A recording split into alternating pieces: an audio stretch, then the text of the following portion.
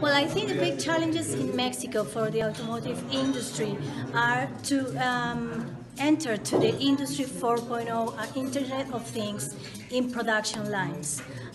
Everyone wants to go there. Everyone wants to make applications in their production lines with these new technologies.